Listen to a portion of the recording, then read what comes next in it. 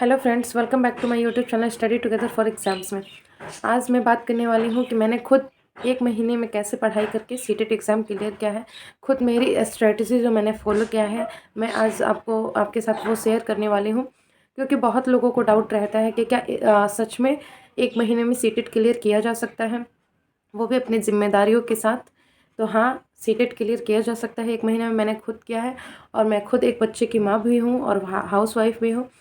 और फिर भी मैंने सीटेट का एग्ज़ाम सिर्फ और सिर्फ एक महीने में ही क्लियर किया है। सबसे पहले मुझे सबसे ज़्यादा प्रेशर था कि बीपीएससी 4 पॉइंट कहीं आ जाए तो हो सकता है मुझसे छूट जाए, जो पिछला सीटेट हुआ था। तो मुझे ऐसा लगता था कि कहीं हो सकता है मेरे से मिस हो जाए। अगर ये सीटेट एग्ज़ाम मैं नहीं पास कर पाती हूँ तो मैं बीपीएससी का फॉर्म नहीं भर पाऊँगी। तो ये मेरे लिए बहुत बड़ा चैलेंज था, मेरे खुद के लिए बहुत बड़ा चैलेंज था, जो हमेशा दिमाग में रहता था कि मुझे बीपीएससी 4.0 देना है, एग्ज़ाम क्लियर करना है, जॉब पाना है। तो इसलिए मैं सीटेट को लेके बहुत फोकस थी, क्योंकि एक बार में ही मुझे सीटेट क्लियर करना है। इसके बाद मुझे कभी भी लाइफ में सीटेट का एग्ज़ाम ना देना पड़े। और साथ ही साथ मैं कितने घंटे की पढ़ाई करती थी, तो मैं लगभग डेली 4 घंटे अपने लिए समय निकालती थी। आप अपने अनुसार आप रूटीन बना सकते हो, नहीं तो अगर आप रूटीन नहीं बना पा रहे हो तो आप कमेंट करो, मैं खुद आपके लिए रूटीन बना दूँगी। तो मैं वैसे ही अपने अनुसार, अपने अकॉर्डिंग मैं 4 घंटे डेली ही निकालती थी। और सिर्फ मैंने सिर्फ एक ही महीने मैंने प्रॉपर तैयारी किया है। बाकी टाइम तो काम वगैरह, बच्चे वगैरह में ही गुजर जाता था। तो सबसे पहले जो मैंने ट्रिक अपनाया, क्योंकि जब आदमी सीटेट की तैयारी करने जाता है तो सीडीपी एकदम नया सब्जेक्ट होता है, जिसके बारे में आदमी उतना डिटेल में पढ़ा नहीं होता है। बीएड में तो सब कोई पढ़ता है, लेकिन हम उतना डिटेल से सब चीज़ें याद नहीं हो पाती हैं। तो इसीलिए सीडीपी बहुत नया होता है, जिसे समझने में दिक्कत आती है। तो इसे समझने के लिए मैंने सबसे पहले मैराथन वीडियोस देखना शुरू किया था।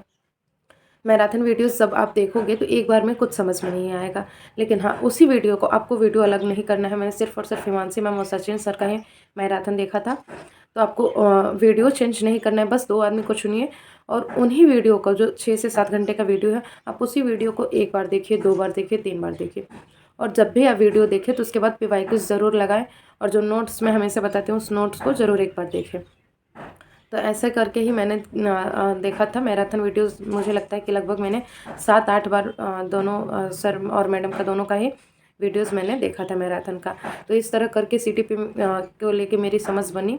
और सीटीपी आपको सारे ही सब्जेक्ट में हेल्प करते हैं, क्योंकि सारे सब्जेक्ट में पूछे जाते हैं।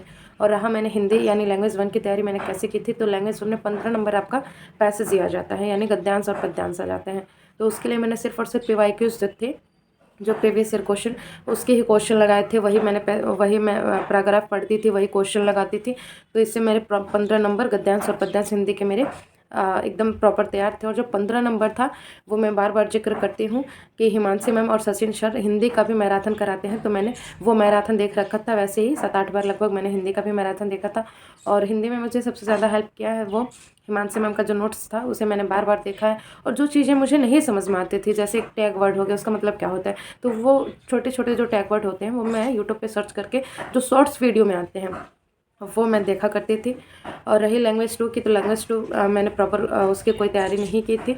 जो लैंग्वेज 2 में मैंने संस्कृत चुना था, तो पद्यांश वैसे ही मैंने पद्यांश और गद्यांश के लिए पीवाईक्यूज ही अपनाए थे। और क्या बोलते हैं, जो सीडीपी का पोर्शन आता है संस्कृत में, वो हिंदी से ही कवर हो जाता है, क्योंकि जब आप हिंदी के क्वेश्चन कर लेते हो तो वैसे ही आप संस्कृत के भी क्वेश्चन लगभग कर लेते हो, समझ लेते हो। और एसएसटी की तैयारी मैंने कैसे की थी, तो ये पिछले वीडियो में मैंने बहुत अच्छे से कवर किया है।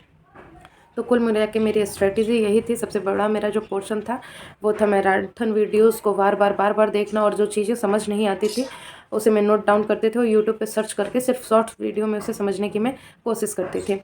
और रहा पीवाईक्यूज, मेरा सबसे ज़्यादा साथ दिया पीवाईक्यूज में। मैराथन और पीवाईक्यूज के ज़रिए ही मैंने एक महीने में सीटेट अपना क्लियर किया था। तो आप भी ऐसे करके अपना सीटेट क्लियर कर सकते हो।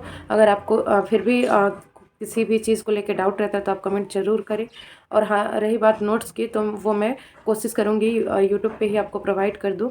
अगर वीडियो आपको अच्छा लगता है तो चैनल को सब्सक्राइब करें, लाइक करें और शेयर करना ना भूलें। साथ ही साथ ऐसे ही वीडियो के लिए मेरे चैनल पे बने रहें। धन्यवाद।